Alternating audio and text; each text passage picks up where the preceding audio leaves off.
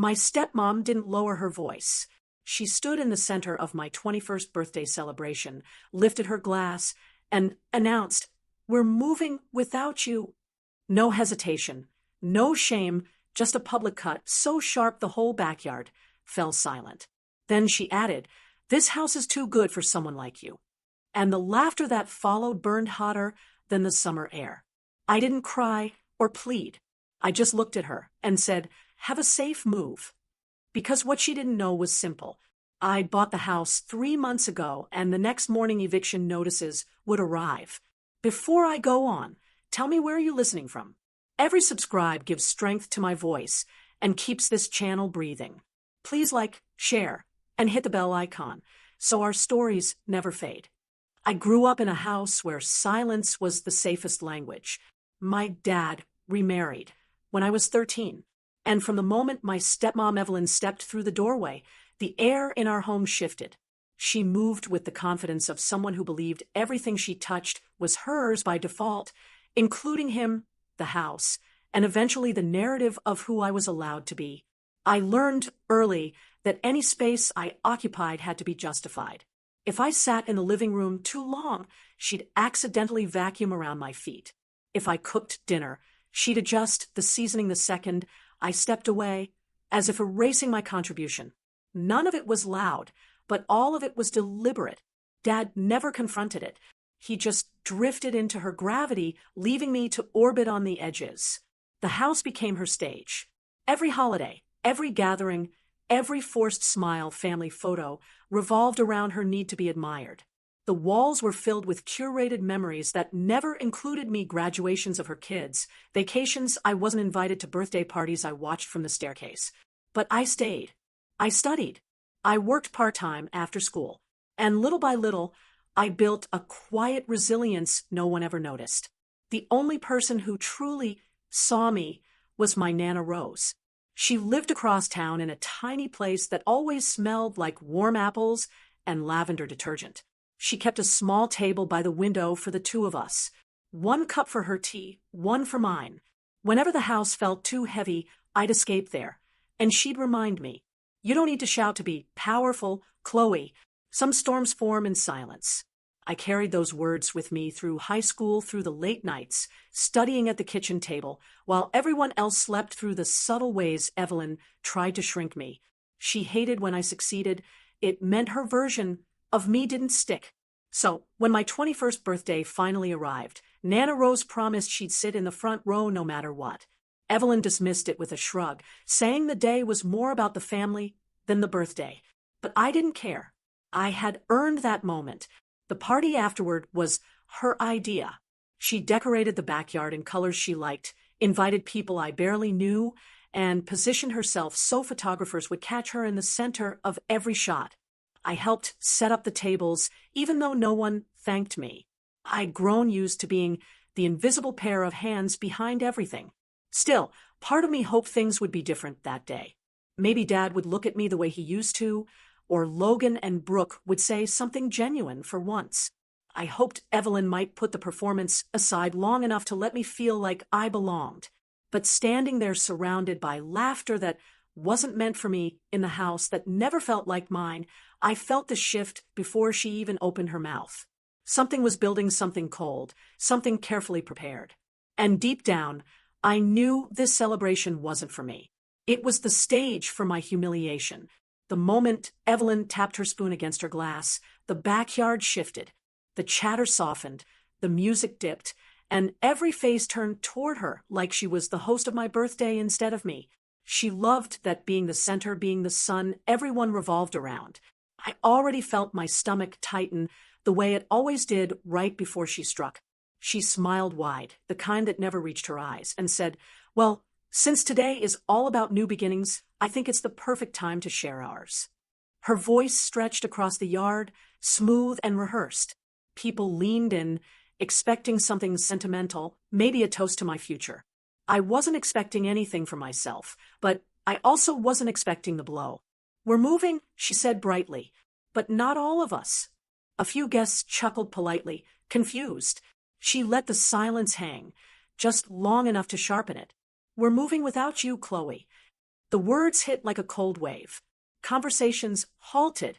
My dad blinked hard like he'd practiced this moment in his head, but wasn't ready for it out loud. Logan and Brooke stiffened beside the dessert table, and the guests, people who knew me only through her curated lens, turned to see how I'd take it. She didn't stop there. "This house," she said, sweeping her manicured hand around like she owned the oxygen, "is too good for someone like you." This time, the laughter wasn't polite.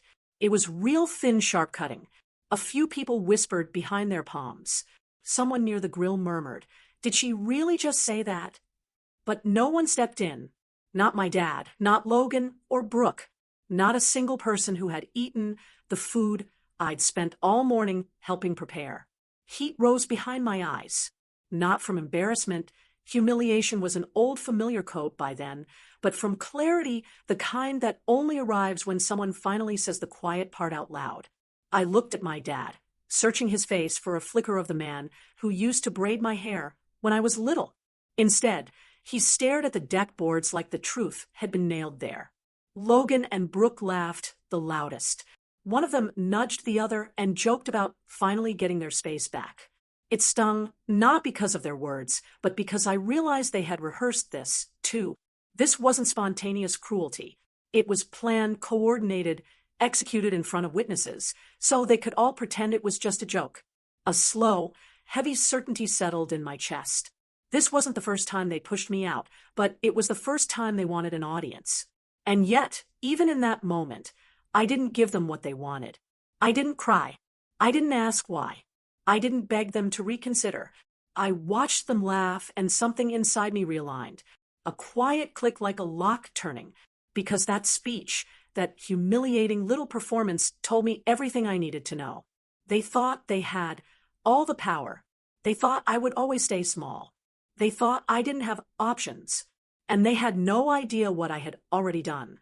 That was the moment right there under the string lights and fake applause when the story stopped being about their cruelty and started being about my choice. When the party finally thinned out, I slipped inside the house they claimed was too good for someone like me. Their laughter still floated in through the open door, but inside everything was still, the kind of stillness that feels like a held breath. I leaned against the kitchen counter, letting the cool surface ground me. For a moment, I let the weight of it all settle. Every dismissal, every correction, every time they'd made me feel like I was temporary. Through the window, I could see Evelyn standing with her friends, reenacting her announcement with exaggerated hand gestures. They burst into laughter again. My chest tightened, but not with hurt this time, with certainty. That small click I'd felt earlier had become something steady, like a quiet engine warming. I went upstairs to my room, the one space in the house she never bothered to decorate because she assumed I wouldn't stay long. A single lamp lit the corner, casting a warm circle on the desk where I'd spent months planning my future. On top of it sat a file folder. Not a sentimental scrapbook, not a birthday card, just documents, real estate contracts, payment confirmations, the proof that I had already stepped into adulthood on my own terms.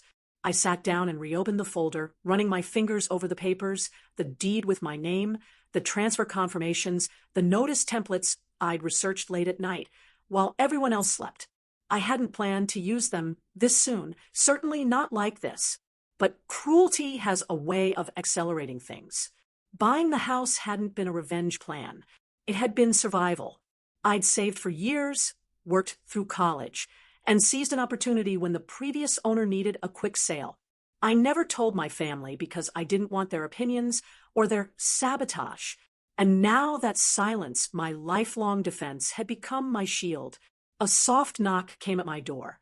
My dad's voice followed, low and hesitant. "Chloe, are you okay?" I stared at the knob. He didn't sound sorry. He sounded worried. Worried about how he looked, how the scene might reach the neighbors, how his wife might spin this later. I couldn't give him comfort he hadn't earned. "I'm fine," I said, keeping my voice even. "You should enjoy the rest of the night." There was a long pause. Then his footsteps retreated down the hall. I let out a breath I didn't realize I'd been holding. That was the last moment I felt any doubt. I gathered the documents and placed them neatly into a single envelope. Tomorrow would be simple, legal, clean. No yelling, no accusations, just boundaries enforced the way adults enforce them through action, not reaction. Before leaving the room, I took one last look around. Every corner carried a memory of being overlooked, dismissed, or made small. But none of that mattered anymore. Not after tonight. I walked downstairs, slipped past the crowd unnoticed, and stepped into the quiet air outside. Tomorrow they would receive the notices. Tomorrow the house would no longer be hers. The next morning felt unnaturally bright, the kind of sunlight that made everything look cleaner than it really was. I woke up before my alarm, my thoughts already sharp and steady. Today wasn't about revenge. It was about truth, about boundaries, about showing them quietly, legally, irrefutably that the power they believed they had over me never actually existed. I dressed, simply pulled my hair back, and slipped the prepared documents into a slim envelope. Outside, the street was calm. A few early joggers passed by. Sprinklers flicked across lawns. Nothing about the scene hinted that inside this house, an era was ending. At 8:15 a.m., a car pulled up in front of the driveway. The process server stepped out, checked the address, and greeted me with a nod. "Morning," he said. "You ready?" I exhaled slowly. "Yes, thank you." He handed me a copy of the notices for verification. Everything was in order, clean, lawful, straightforward, a simple statement of ownership, and the required 45-day timeline. No malice, no dramatics, just the truth. "Okay," he said, "let's begin." We walked toward the porch. Just as he reached for the doorbell, the front door swung open. Evelyn stood there in a robe, her hair in rollers, a mug in hand. She looked annoyed to see anyone on her doorstep so early, then confused when she saw the envelope in the server's hand. "Can I help you?" she asked, shifting her weight like she was preparing to dismiss a sales pitch. "Yes, ma'am," he replied evenly. "These are for you." She blinked, took the envelope, glanced at the heading, and froze. "What? What is this?" she demanded, but the server had already stepped back. "You've been served." He nodded once to me and walked toward his car. Professional, efficient, detached. She tore the envelope open right there on the porch. Her eyes skimmed a few lines before widening. Her mouth fell open. She looked up at me, confused at first, then horrified. "This is a joke," she said. "Tell me this is a joke." "It's not," I said quietly. My dad appeared behind her, squinting against the sunlight. "What's going on?" She shoved the papers into his chest. "Read this. Just read it." He scanned the page, the lines forming slowly in his expression. "Uncertainty, shock, disbelief, eviction," he murmured. "Whose name?" "Who?" He stopped, looked at me, really looked. "Chloe," he said softly. "Why is your name on the deed?" I held his gaze. "Because I bought the house 3 months ago." The words dropped between us like a stone into still water. Ripples spread instantly. Evelyn's face twisted. "You bought?" "No. No, you didn't. You can't. This is my house." "It hasn't been," I said gently, "for several months." Her eyes flashed. "You're lying. You're trying to embarrass me after last night, aren't you? This is some pathetic retaliation. If it were revenge," I said, "I would have told the entire party last night. But I didn't, because this has nothing to do with humiliation. I purchased the house legally, quietly, months before you announced your move." She shook her head violently. "No, no, you don't have that kind of money. You don't have the connections. You don't have control." I finished for her. "You're right. I don't need your approval anymore." Logan and Brooke rushed out onto the porch, hair messy, eyes puffy, with sleep. "Mom, what's going on?" "Tell them." She snapped at me. "Tell them what you're doing. Tell them you're kicking us out of our home." "It was never your home," I said. "It was owned by someone who decided to sell quickly. And I made the offer first. You didn't check the property records, did you?" Brooke stepped forward. "You can't just evict us. We have lives, things to pack, commitments. That's why the notice gives you 45 days. I replied. "Everything is by the book." My dad stared at the papers again, his voice barely audible. "Why didn't you tell me?" A small ache tugged at my chest, but only for a second. Would it have mattered? I asked. Would you have listened, or would you have let her talk over me like always. He opened his mouth, then closed it. No answer, just guilt settling in the lines of his face. Evelyn switched tactics instantly, her voice softening, almost shaking. We can talk about this. We can work something out. This doesn't have to happen. It already has, I said. And it's not a punishment. It's a boundary. You told everyone yesterday that the house was too good for someone like me, so now it's yours to leave. Her mask cracked. The fake warmth evaporated. You ungrateful. Little my dad cut her off sharply. Stop. His voice wasn't loud, but it was the first time in years I'd heard it carry authority. He turned to me. Is this really your decision? Yes, I said, and it's final. The weight of the silence that followed was unlike anything I'd felt before. It wasn't suffocating. It wasn't humiliating. It was steady, strong. Mine. Evelyn let out a bitter laugh. So, you think you've won now? You think this makes you powerful? No, I said I think it makes me responsible for my future, for my peace, for choosing a life where I'm not constantly belittled. She shook from head to toe, anger and panic colliding. You can't do this to us. I'm not doing anything to you, I replied. I'm doing something for myself.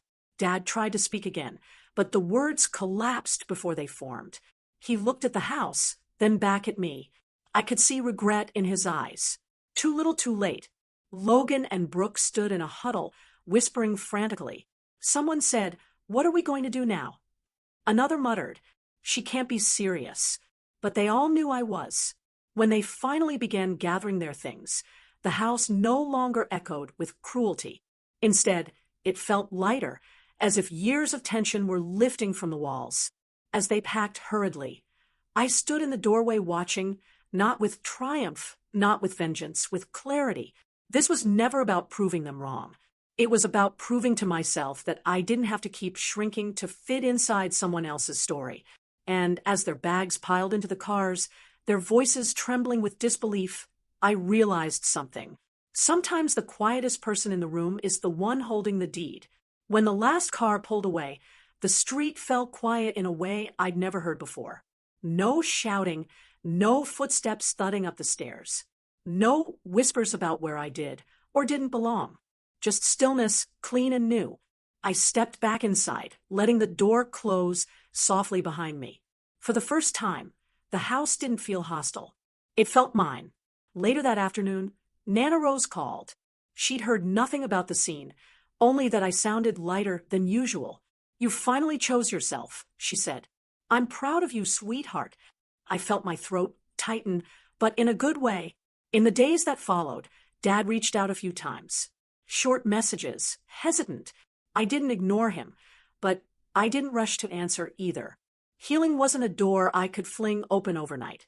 I painted the living room, planted fresh flowers by the porch, and rearranged the furniture until the space felt like a beginning instead of a battleground.